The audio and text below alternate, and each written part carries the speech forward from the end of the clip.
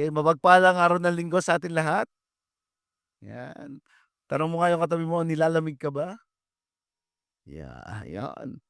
And again, kung nilalamig kayo, muli, welcome po sa ating pong simbahan. If you are first time, we want to welcome you here in our church. So, bubuksan po natin ang ating bagong serye na pinamagatan natin, First of All. So, pagka sinabi natin first of all, ano ba yung inuuna mo paggising sa umaga? Ito ba ay yung maghilamos o kunin kaagad ang iyong cellphone, parang gano'n. Sino dito cellphone kaagad ang nasa isip mo? Iyon, meron din. Sino dito mag-ano, maglilinis ka muna ng mukha, ayusin mo muna yung sarili mo, meron din. Pero pagka po sinabi nating first of all, ang ibig pong sabihin nito ay ibinigay ni Jesus ang kanyang sarili una sa lahat sa Diyos nang ibinigay niya ang kanyang buhay sa cross bilang pagtubos para sa sangkatauhan. Kumbaga, in Christ, alam naman po natin yung sacrificial love na ginawa niya, na even in his prayer na sinabi niya doon, kung ito ay yung layunin, ito ay maganap. Even in his flesh, kasi he's 100% man and 100% God. But bilang tao, andun yung longing niya, andun yung alam niya na hindi niya kakayanin without the help of God the Father to him. That's why he asks that even ano man yung mangyari, iniuna niya ang Panginoong Diyos para lahat po tayo ay mag-benefits.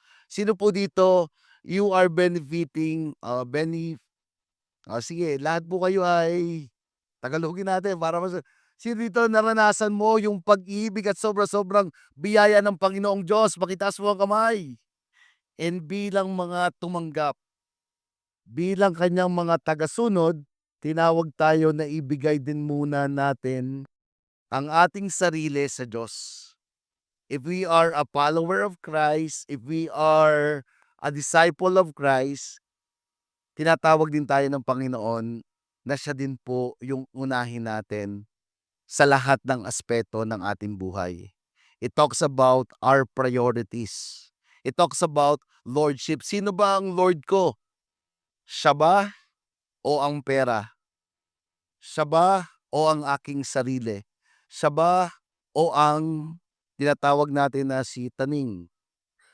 At pagkatapos sa pamamagitan niya upang matapat na katiwala at bukas palad na mapagbigay din sa iba. Yung simbahan po natin, we have mission also. And our mission is aligned to the mission of God. Pagka sinabi po natin, anong mission ng Victory? Dalawang bagay. Honor God and make disciple. I-honor ang Panginoong Diyos at tayo ay magdisipulo. Or, loving God, loving people. Pagka tinanong natin yung ating sarili, alam mo ba na tinatawag ka ng Diyos para sa misyong ito? If you are part of this church, we are called by God for a mission. In Matthew 28:19-20, go therefore and make disciples of all nations, baptizing them in the name of the Father, and the Son, and the Holy Spirit. Teach them what I commanded you, and behold, I am with you always. Sinabi doon na the mission of our church o ang misyon ng Panginoong Diyos ay tayo ay magdisipulo. Hindi lang po dito sa Lukban, but sa buong mundo. Sabihin mo sa katabi mo, gagamitin ka ng Panginoong Diyos. Iyon. Kasi ang title po natin ay Partnership and Mission. Ibig pong sabihin, partner in the gospel, advancing God's mission. Tayo po ay katulong. Partner po tayo sa pagpapalaganap ng gospel at sa mission po ng Panginoong Diyos. Sino dito may katabi ka mukhang mission na, gusto ng mag-mission. Pakitaas nga po ang kamay. O may katabi ka parang nangungonsummisyon na dun sa topic natin. Kasi what we are going to talk about pagka pinag-usapan po yung Philippians, ito po ay yung yung mga taga-Philippians ay gano'n ka-sold out when it speak about sharing the gospel. Sila ay nakatulong ni Pablo sa pagpapalaganap ng salita ng Diyos. It's about the second mission of Paul nung na-meet niya I think si Lystra. Ito yung time yung Acts 16 na ito yung una nilang na-meet, tapos si Lystra inopen niya yung bahay niya sa mga misyonaryo at dun na po na-start ah, yung church ng Philippians. At makikita po natin ito po yung time na may sunod sa kanila na sunod kay Paul at kay Silas. Alam niyo ba 'yon, tapos sinasabi nung fortune teller na 'yon, sila ay magbibigay ng salita ng Diyos, sila ay magbibigay ng salita ng Diyos. Nainis si Paul kasi parang lagi silang sinusundan. Yung fortune teller na 'yon, pinagkakakitaan 'yon. Kumbaga may lalapit sa kanya tapos nagpapahula. Sino po dito gusto niyong hulaan ko kayo? Hindi po ako nanghuhula, pero in that time gano'n yung senaryo. Lumalapit sila, nagpapahula sila, or some of us siguro niniwala pa rin tayo sa horoscope. Sino dito Gemini kayo, kagaya ko Gemini? Alam mo 'no, or parang but in that time anong ginawa ni Pablo? Sinabihan nila yung babae sa pangalan ni Kristo. Sabi niya, "Tumigil ka." And totally, yung kanyang giftings or yung black magic na meron siya para malaman niya yung nangyayari sa buhay ng tao, nawala. Kaya nagalit yung boss nung kumikita sa kanya, kaya ang ginawa po sa kanya, ipinakulong po siya. Bakit nakulong si Pablo? Nakulong po si Pablo dahil sa pagpapalaganap ng salita ng Panginoong Diyos. Sino po dito, tatanungin ko, willing kang makulong? Willing kang ibigay yung first of all mo, yung kauna-unahan mo. Sige, sino dito mahal na mahal mo ang iyong asawa? Yun, palakpakan po natin yung mga or sa estudyante, sino po dito? Tataas ako, yan. I love you. 'Di ba, yun naman talaga dapat, eh. First of all, that you are willing to to love. Yung topic namin kagabi, maganda yung topic ni Kuya Lito, eh. It's talk about yung husband, love your wife as Christ loved the church. And yung wife naman, submit to your husband as we submit to the Lord. So parang, what do I mean? Willing ba tayo na sundin ng Panginoon for the rest of our life? Na si Kristo, inihumble niya yung sarili niya, inuna niya tayo, but in the same time tayo, unahin din po natin ang Panginoong Diyos. When we talk about our finances, in our finances, sino po dito 'pag dumukot ka sa iyong bulsa, lumabas na dun, wala ka pa rin madukot. Pero for the sake of the mission, alam mo na itong finances mong ito ay gagamitin into the mission, you are willing to sacrifice it for the Lord. And that's what happened in the Philippians. And to all of us, it gives us encouragement. Sabi mo, encouragement to be partner in the mission. Inaanyahan ko po ang lahat na tumayo bilang paggalang sa salita ng Diyos at atin pong babasahin ang salita niya in Philippians chapter 1 verse 3 to 11.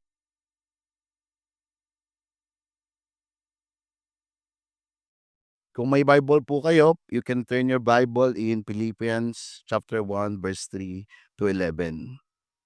Ito po ay letter ni Pablo or love letter ni Pablo sa mga taga-Pilipos.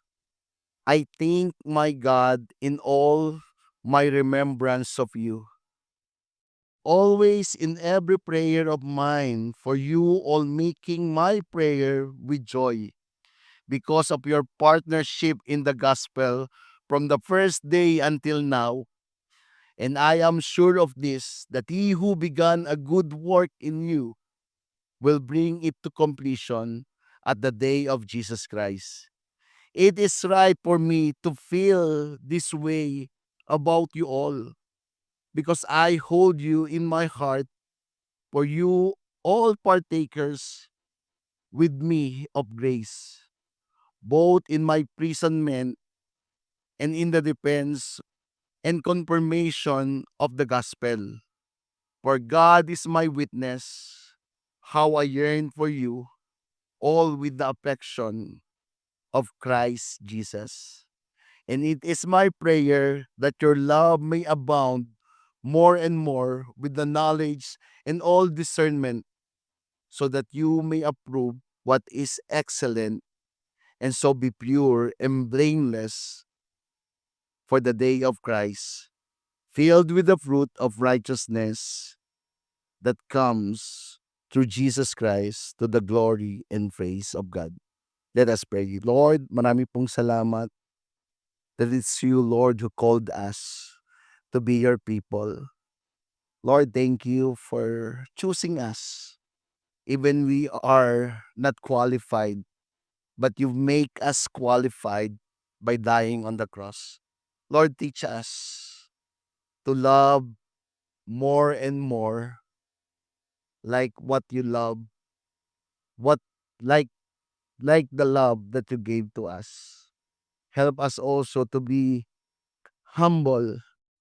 Teach us to be more patient. Teach us more to be discerning like what you did in us. You said to your word, as you forgive us, we should also forgive others. Help us to understand your word. In Jesus' name, amen and amen. Sige po, pwede na po tayo maupo. So, sinulat po ito ni Pablo nung siya po ay nakakulong. Yet the first thing of her heart was not about magreklamo o reclamizing sa English. 'Di ba pagka nakakulong ka na, ano dapat ang ibibigay mong letter? Ito ako, nagdurusa ako, hirap na hirap ako, pero kakaiba po yung mensahe na binigay niya dun sa mga Pilipos. Instead na siya yung bigyan ng encouragement, yung prayer niya po ay nagbibigay pa rin ng encouragement. Na yung gratitude niya, yung pagiging thankful niya sa mga taga-Pilipos, kung papaano sila nag-join faithfully o tapat silang tumutulong in advancing God's kingdom. It means tayo po dito, lahat po tayo, pamilya po tayo ng Victory, we are all businessman and businesswoman. May katabi ka ba mukhang businessman? Pero ang business po natin ay yung advancing God's kingdom. The way we think, kasi pagka sinabi mong businessman, ang thinking niyan ay laging pagpapalago, pagpaparami, kung paano mas mapapaganda. And the same thing to us, we are all in the business of advancing God's kingdom. That's why Paul gave this letter to the Philippians. Their partnership wasn't just about giving, it was about sharing in the mission, suffering, and joy for the sake of the gospel. Makikita po natin dito na yung kanila pong pagpa-partner ay hindi lang po yung magbibigay lang, but sabi dito kasama in the sufferings and also joy, na merong sufferings and merong joy sa paggawa nito. Parang may istorya po yan. Alam niyo po ba yung istorya nung baboy at saka nung manok? Sabi nung manok sa baboy, "Baboy, kawawa naman yung mga may hirap. Puwede ba tayong tumulong?" Sabi naman ni baboy, "Sige, tulong tayo. Kasi kulang sila ng pagkain." bibigyan ko sila ng itlog, bigyan mo sila ng pork chop.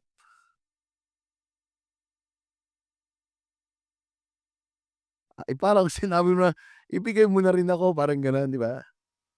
And sometimes in us, in the church, laging merong ano, yung para bagang, "Gagawin ko ba 'to or dito na lang ako mas madali ito para sa akin." Pero looking at this, kung bakit gano'n kasaya, gano'n katuwa si Paul na kahit nasa kulungan na siya, kasi nakita niya yung mga na-share-an niya ng gospel ay patuloy at patuloy na lumalago sa Panginoong Diyos. It means the faith that they have become mature and mature. Paano mo malalaman na yung yung faith mo nagma-mature? Sino dito pagka nagdasal ka laging ang dasal mo, me, I, and myself, 'di ba? "Lord, pahingi po ako ng ganito, Lord, dalangin ko makapasa ako sa ganito." Pero malalaman mo na yung value of faith mo ay lumalago pagka ang panalangin mo ay hindi na para sa'yo, ang panalangin mo ay for the advancement of God's kingdom. When you look into your prayer list, sino dito may mga prayer list ka? Isa sa prayer mo, magbago na ang iyong asawa, wala na, eh. O prayer mo, mabago na yung iyong kapitbahay, pero ang sagot pala dun sa prayer mo, "Lord, baguhin mo ako." When he wrote this letter, nakita ni Pablo na yung mga tao ay patuloy at patuloy na lumalago. They are partner in propagating the gospel. That's why our first point is partnership in the gospel. He saw these Philippians kung papaano sila nagpa-partner in advancing God's kingdom. Sabi niya po dito in verse 3, "I thank my God in all my remembrance of you." Sabi niya, "Nagpapasalamat ako sa Diyos, sa aking Diyos, sa tuwing naaalala ko kayo." So, gano'n yung pagpapasalamat niya. Bakit? Because Paul see na itong mga Philippians na 'to, yung pananampalataya nila ay patuloy at patuloy na lumalago, that they are continually advancing God's kingdom. Not only serving, but also the financial support na binibigay po nila dun sa mission ng Panginoong Diyos. Makikita mo rin po dito yung discipleship is relationship, na pagka sa discipleship, hindi lang po 'to ano, maging leader ka, maging mission ka, pero Paul understand the needs of his people. Kumbaga parang tinatap ka na, "Good job my friend, good job." Meron na bang nagtapik sa'yong gano'n? Sino dito natapik ka na nung leader mo? Hindi pa, pakitapik nga yung katabi mo, sabi mo, "Good job." I thank God. 'Di ba sarap po ano, sarap ng gano'n? Na yung feeling mo yung ginagawa mo in advancing God's kingdom meron kang kasama. Yun po yung importansya ng ano, ng discipleship. If you are not part of the victory group, this is my prayer na lahat po tayo ay mag-benefits dun sa community na meron po sa simbahan. And this Paul, hindi lang niya nagpapasalamat siya 'pag naalala niya sila, but also sabi niya dito in verse 4, "Always in every prayer of mine for you, all making my prayer with joy." Sa prayer list niya siguro hindi niya na pinagdadasal yung sarili niya, pero every time maaalala niya itong mga Philippians na 'to, I don't know, siguro kung merong 200 congregation dun, alam niya isa-isa at alam din niya yung mga pangangailangan nung congregation. Sabi niya, in return, parang sa pagbabalik, sabi niya, everytime maalala ko kayo, pinapanalangin ko kayo at yung panalangin niyang yun, hindi po panalangin na, "Lord bahala ka na sa buhay niya." Sino dito meron gano'n? "Lord ikaw ng bahala sa pamilya na." Parang pagka nag-pray ka para mabilis matapos ano. Siya po hindi. Sabi dito, with joy. May kasiyahan sa kaniyang pananalangin. So ang tanong, bakit yung third at saka yung fourth, he become thankful and he become prayerful. Sabi dito, why he is thankful and prayerful. Paul is thankful and prayerful for the Philippians because of their fellowship in the gospel, meaning they were active partners in spreading Christianity from the beginning, including their financial support. This partnership was a source of great joy for Paul. Even when he was in prison, and his prayers for them were filled with joy because their unwavering support. Kasi for 11 years, simula nung nag-uumpisa si Paul, na-catch kaagad ng vision ng mga Philippians kung ano yung mission na meron si Paul. That's why they are supported Paul in all, in service, in his emotion.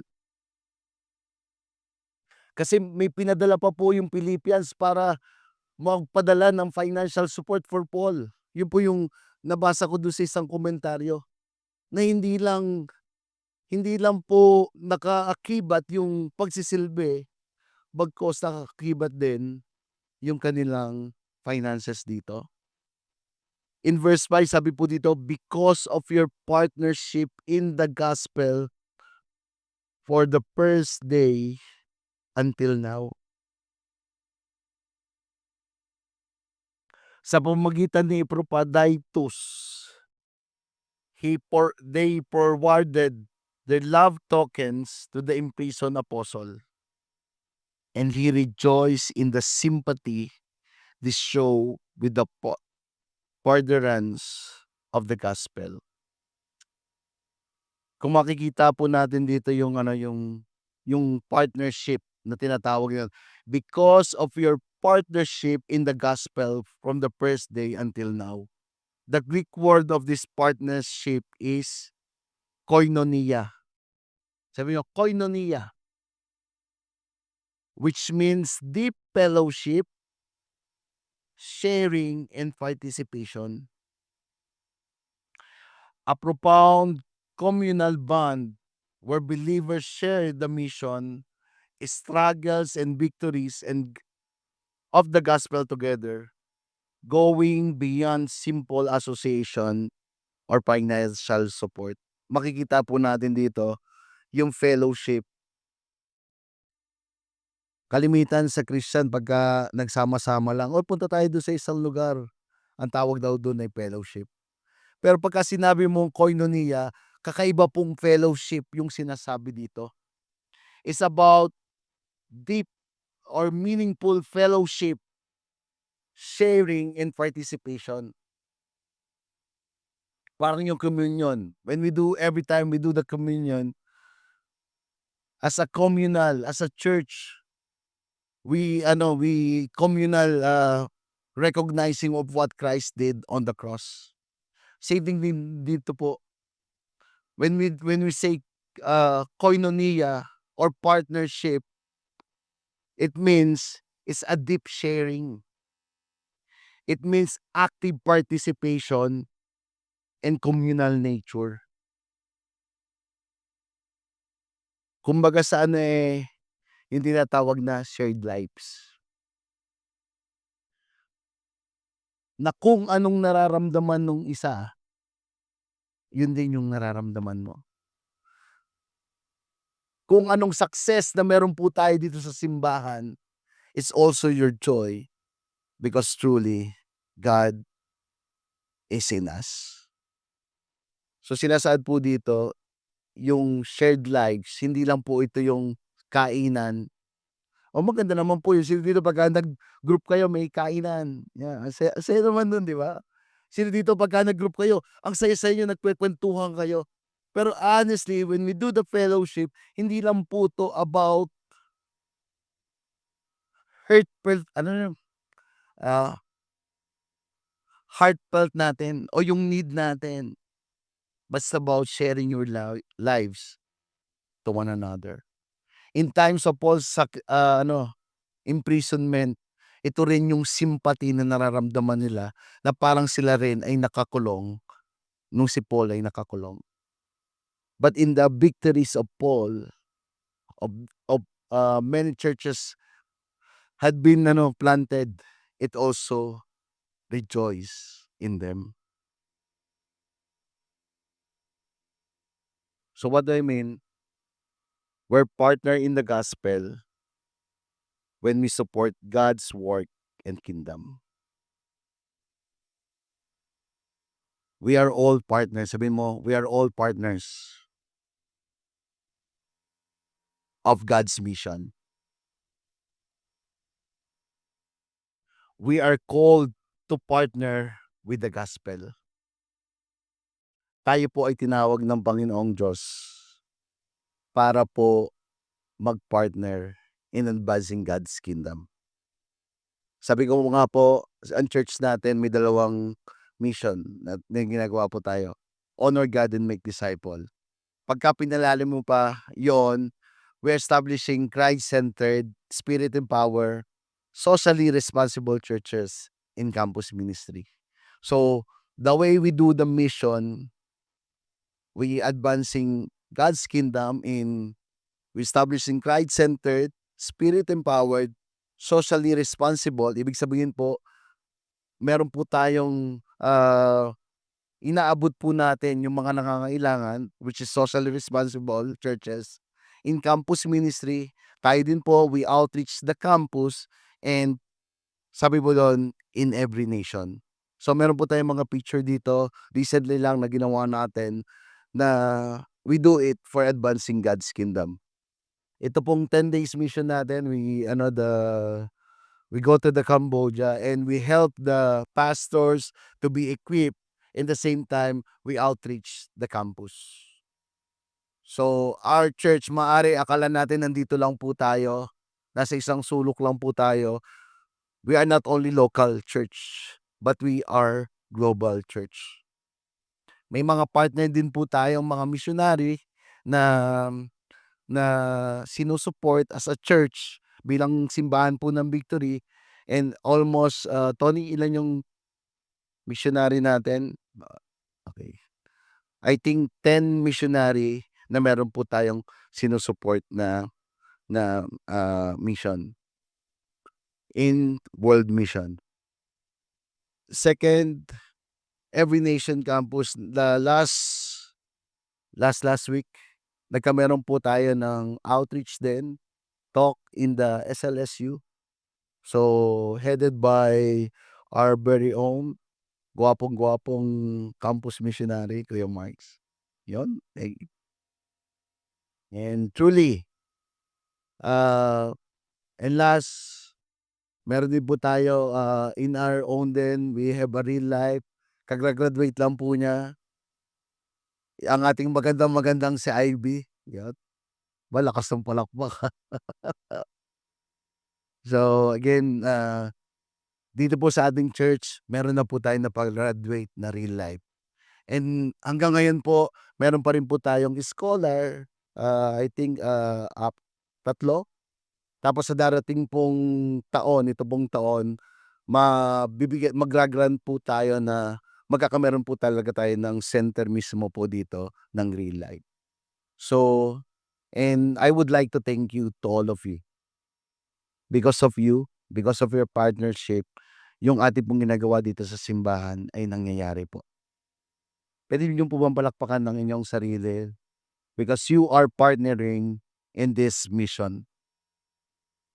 We are called to partner with the gospel. Tanong,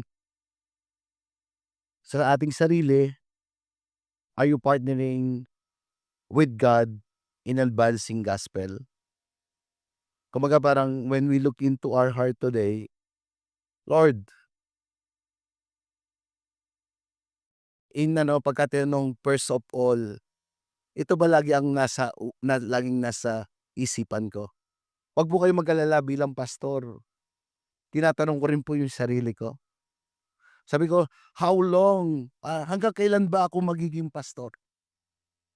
Pagka nawala na po itong mission, pagka nawala na po yung heart for the lost, I don't think so, hindi po ako karapat-dapat na tumayo dito. Kasi po ang simbahan pagka nawala na po ang mission, nawala na po tayo yung pagse-share ng gospel dun sa mga nangangailangan, kawawa po yung simbahan, ang simbahan po ay hindi lalago. Pero maraming salamat sa Diyos, sabihin po natin, maraming salamat sa Diyos. We plan po as a team with the help also of the leadership po, mga victory group po, we are planning that this year 2026 magdagdag pa po tayo ng another one service. Magiging 3 na po yung service natin, maaari pong i-adjust natin ng 9 o'clock, kasunod po ay 11 o'clock at 4 o'clock po. Sino po masaya kayo na madadagdagan yung service natin? And let us continue to pray na bigyan po tayo ng Panginoon ng lugar na pagdadausan na hindi na po aakyat. Kasi kahit yung pastor niyo po ay nirarayuman na. Pero hope in partnering and advancing God's kingdom, yung pananalangin, sino po dito mukhang may katabi kang magaling manalangin? Ano lang, segue lang, November 28 magkakameron tayo ng training ng about, ano nga ba yun? Prayer operative. Operative prayer po, magkakameron tayo, I think hapon po yon. So, make your calendar available po ng November 29. So, again, let's move into the word. In verse 6,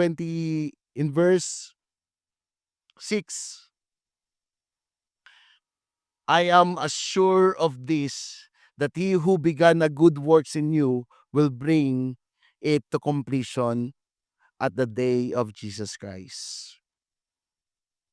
So, point number 2 natin, advancing God's mission. Sino dito sold out ka na you will going to do the mission? Sino dito nagdadalawang isip ka pa? And this is the promise of the Lord. Sabi niya po dito, "And I am sure of this, that he who began a good works in you will bring it to completion until the day of Jesus Christ." Maaari hindi ka pa gano'n ka-sold out, pero it start nung natanggap mo na po si Kristo bilang Panginoon at tagapagligtas mo, at ang Diyos na banal na Espiritu ay nasa iyo. Sabi po doon, when we receive the Holy Spirit, ah, when the Holy Spirit comes, you will receive power and you will be effective witnesses in Jerusalem, Judea, and Samaria, and to the end of the earth. To those who accept Christ as Lord and Savior of our life, the Holy Spirit is living in us already. Bakit namumuhay sa atin? You will become a witness. Anong sinimulan ng mabuti na ang simulang mabuti ng Panginoong Diyos ay Kanyang tatapusin. When the first time I hear this message, "Uy, partner pala ako. Uy, magse-share daw ako ng gospel." Hindi, mag-a-ushering na lang ako. Okey na ako sa ushering. Pero this is how really God is faithful. Every time pupunta ako dun sa mga barkada ko, ang natatandaan nila hindi si Pastor Ron, ang natatandaan nila yung dating Taweng. Pero knowing this verse, anong sinimulan ng Diyos sa'yo ay tatapusin niya. Wala akong pake anong nakikita niyo sa akin, even yung noon-noon ko pa, ba't nandito ako para i-share kung sino ang aking Panginoon. Same thing to all of us. God is calling us to fulfill this mission. Maaaring ngayon sabi mo, "Ay hindi pa ako sold out. Ay hindi, marami pa akong gastusin." But this is the word of the Lord. And I am sure of this, that He who began a good work in you will bring it to completion at the day of Jesus Christ. God's work in us empower us to advance His mission. Nangungusap sa iyo ang Panginoong Diyos. Kung noon tumatakbo ka sa mission, kung noon nangungonsumi ka, nagkakameron kang konsumisyon pagka mission ang pinag-uusapan, the God, the Holy Spirit is in us, helping us to understand, to love His mission, to be partner of this mission. God is the source of our assurance that He who began a good work in you will bring it to completion. Ang assurance natin po ito, ang pinagmumulan po ay ang Panginoong Diyos. Maybe you are doubting, possible ba? Makakapag-share pa ba ako ng gospel? Ay ito ko noon, ito ko, hanggang ngayon ganito pa rin ako. Sabi po dito, God giving us the assurance that He is the source. And there's assurance na kung anong layunin ng Panginoon sa iyo, ay ito po ay magaganap. The work of grace has its root in the divine goodness of the Father. It's planted in the self-denying goodness of the Son, and it is daily watered by the goodness of the Holy Spirit. It spring from good, and it leads to good, and so altered good. Yung grasya po ng Panginoong Diyos ay nagmumula dun po sa ating Diyos, the Trinity. It's about the goodness of the Father. It's about planted in the denying goodness of the Son and daily watered in the goodness of the Holy Spirit. Patuloy at patuloy na dinidiligan yung ginawa ng Diyos sa cross ng Kalbaryo na ating naunawaan at patuloy itong dinidiligan ng Diyos na banal na Espiritu hanggang tayo'y maging mabuti sa pagbalik muli ng Panginoon. It talks about sanctification. It starts with justification. God justified us when He died on the cross, and now the God, the Holy Spirit is sanctifying us. Sino dito somehow pabait ka ng pabait? Pakitaas nga po ang kamay. Di ba? Pagka titingnan mo yung dati mo noon, ang laki na ng pagbabago. Sino dito ngayon yung dati yung oras mo, parang enjoy na enjoy mo makipag-usap lang kung kani-kanino. Pag-usapan yung buhay ng iba. But now you enjoy kasi pinag-uusapan natin kung sino ang ating Panginoon at siya'y naglo-glorify sa ating buhay. And it is the work of the grace of God. Sabi nga po ni Paul dito in verse 17, in verse 7, "It is right for me to feel this way about you all." No, sabi niya, nararamdaman ko rin kung ano yung nararamdaman nyo para sa akin. Because I hold you in my heart. Sabi niya, pinanghahawakan ko kayo, kasama ko kayo, mahal na mahal ko kayo. For you are all partakers with me of grace, both in my imprisonment, in the defense of the confirmation of the gospel. Sabi ni Paul dito, it doesn't matter sino kayo o ano ako, pero mahal na mahal ko kayo. Dito po sa ating simbahan, we are saved because of the grace of God. It's all by the grace of God. Kaya po dito, isa po tayong malaking pamilya. Sige, tiyan mo nga katabi mo. And tayo po ay pamilya na masayang pamilya po dito.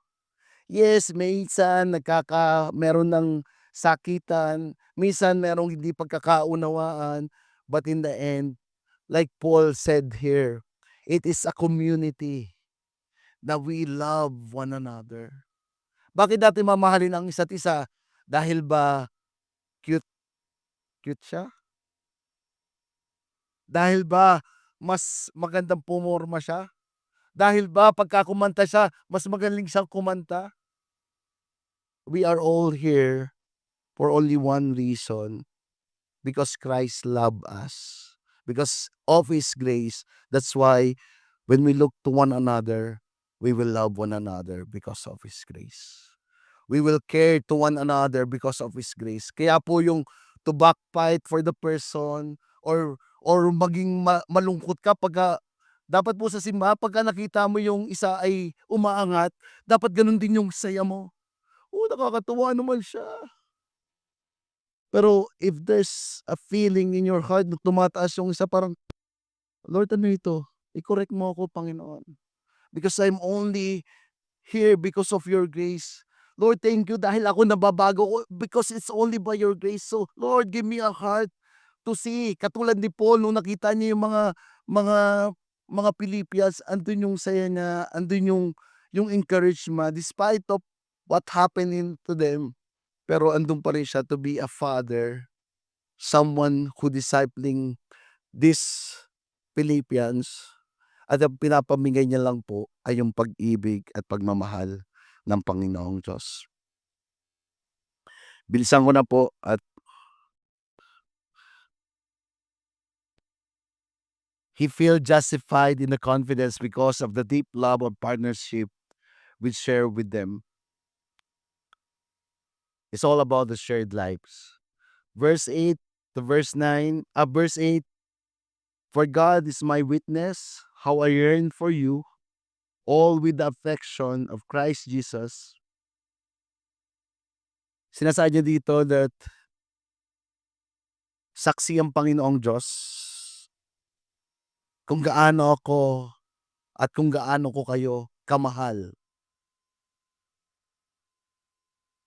At ito'y dahil sa ating Panginoon. So what do I mean?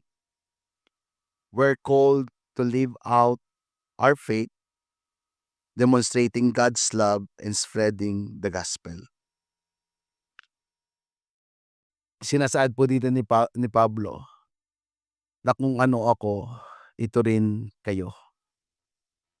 So lahat po tayo ay tinawag ng Panginoong Diyos. God called each of us to take part of His mission. Who among you here, you're willing to take part of this mission? Pakitaas nga po kamay. Why? Why we doing this? Because it's for the glory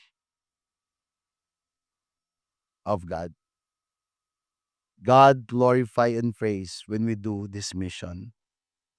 Verse 9, "And it is my prayer that your love may abound more and more with knowledge and all discernment, so that you may approve what is excellent, and so be pure, blameless for the day of Christ, filled with the fruit of righteousness that comes from Jesus Christ, to do the glory and praise of God."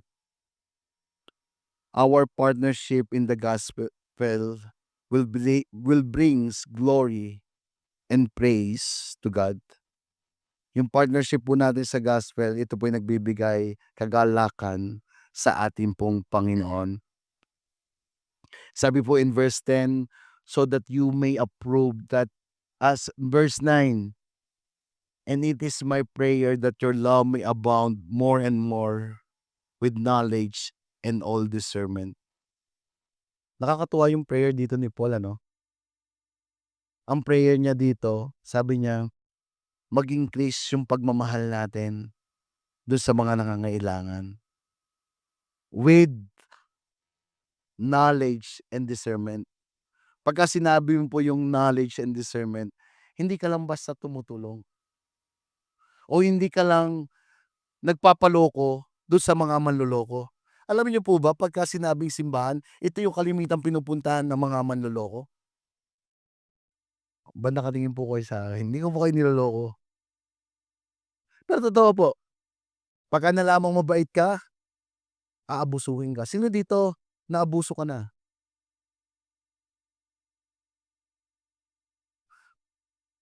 Ganda ng response na yun. Sino dito naabuso ka na? Oh, parang may aso dun, wala ba ditong meow? Honestly, kalimitang pinupuntahan ng mga ano, yung mababait.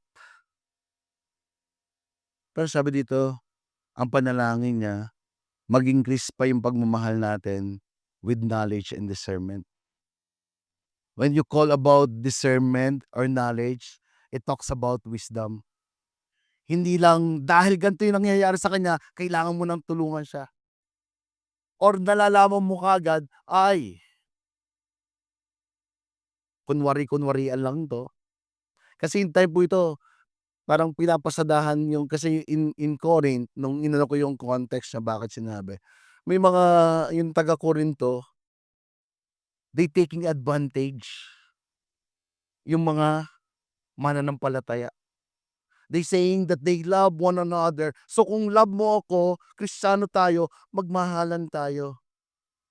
Pero yung pagmamahal, kahit meron siyang asawa,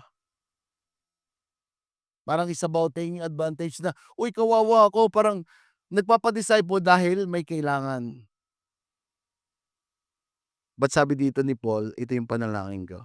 And as we end, God will give us a bound of love. Bibigyan tayo ng sobra-sobrang pag-ibig ng Panginoong Diyos para mag-disciple, but in the same time, with knowledge and discernment.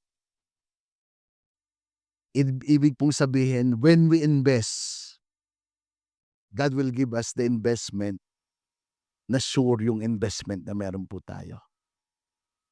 Na yung investment po natin, hindi po ito mapupunta sa walang kaparakan, but the investment na meron tayo, He is the one who will give us the wisdom kung ito ba ay kailangan.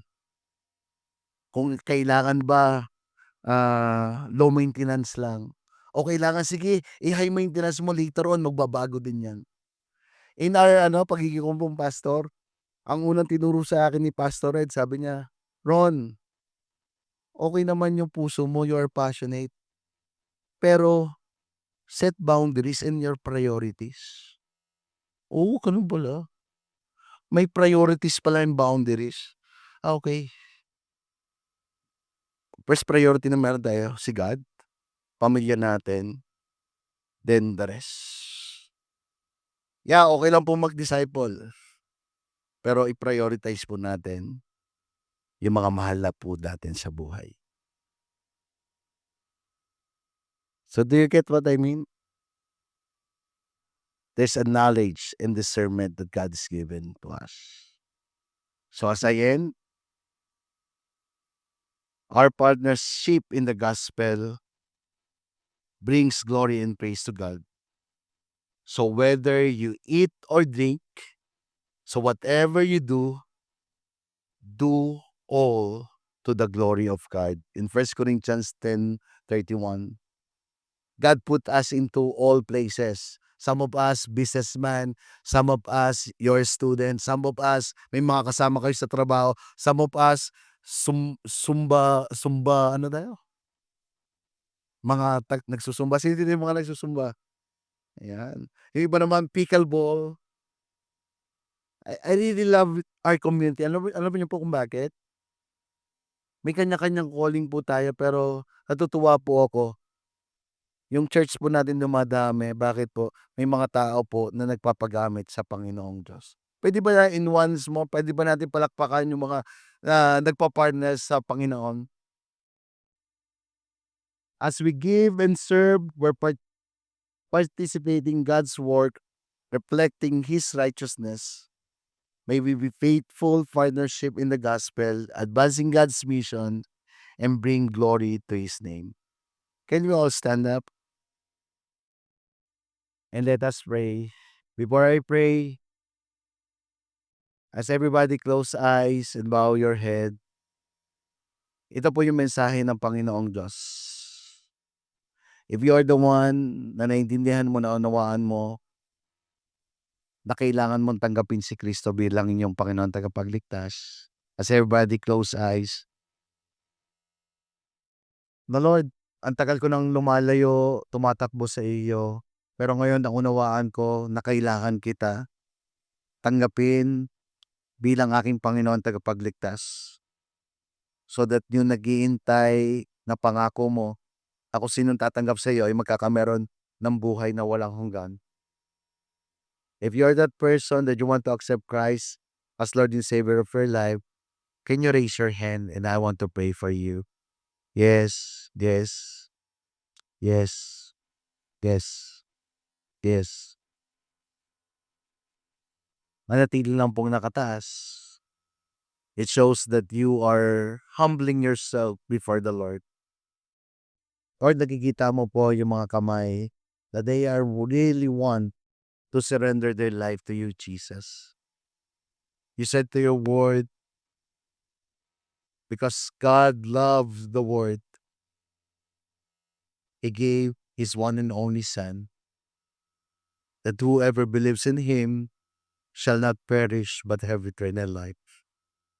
Lord, thank you for your love. God the Father, thank you for your love that you gave to us. Thank you, Jesus, because you are willing to sacrifice your life. And we are here accepting you as our Lord and Savior of our life. Lord, we want to surrender all our sins unto you. And thank you, God the Holy Spirit, because you are now birthing to the person who accept Christ as Lord and Savior of our life. Lord, thank you that this is the start of a new beginning in their life. As they accept you, there's a truly change that will happen to them. Lord, I pray for joy to be upon them. Lord, I pray for peace to be upon them.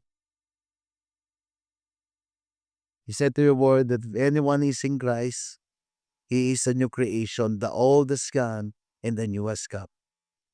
Thank you, Lord, for the new life that you've given to them. A life also not only looking into themselves, but making you first of all, ikaw aming Panginoong Diyos ang unahin sa lahat ng aspeto ng buhay. And Lord, thank you because there's a joy that's giving to them, Lord. As they accept you as Lord and Savior of their life, truly, that their assurance in their salvation. Bless them, guide them, in Jesus' name, amen. Can we all raise our hand to the Lord and let us pray? Lord, thank you. As we reflect on our partnership in the gospel, we pray, God, that it's you, Lord, who cultivate the gratitude to all of us, that we will continually trusting on you for your goodness. We pray, God, to all of us, prayer, like the prayer of Apostle Paul, that we pray, God, for the growth in love, for the growth in knowledge and discernment, and all the things that we are doing will give praise unto you, God. Lord, thank you for today also, for cleansing us, for reminding us na ang simbahan ay tinatag mo para sa mission. I pray, God, na nagisingin mo, Panginoon. Bigyan mo kami ng compassion every time we see the lost people. Give us the compassion, even the boldness, even give us the wisdom kung paano namin i-share ang iyong mabuting balita. You said to your word that if the Holy Spirit comes, we will receive power and we will be effective witness in Jerusalem, Judea, Samaria, and to the ends of the earth. I pray, God, that in all aspect of our life, you, Jesus, is our Lord of all. Na ikaw ang uunahin namin in this mission. Na lahat na meron kami, Panginoon, ikaw yung prioridad namin sa aming oras, sa aming relationship, sa aming finances, And even Lord, even kung yung cellphone ay umuubos ng maraming oras sa amin, it is time, Lord, to repent. Na Lord, yes, there's a lot of benefits in spending, doing yung pagtatagal sa cellphone. But Lord, I pray, God, that we are like a newborn baby, craving for your spiritual milk. Lord, birth to us, Lord, i-birth mo sa puso namin na ganun namin saliksikin ang iyong salita, na magkakameron kami ng oras, panahon, in serving you, in loving you. Lord, thank you that we are all here praising you, giving you all the glory and honor. Help us to be partaker of the gospel.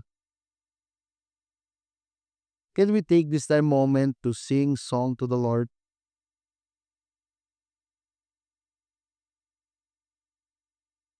Let's sing.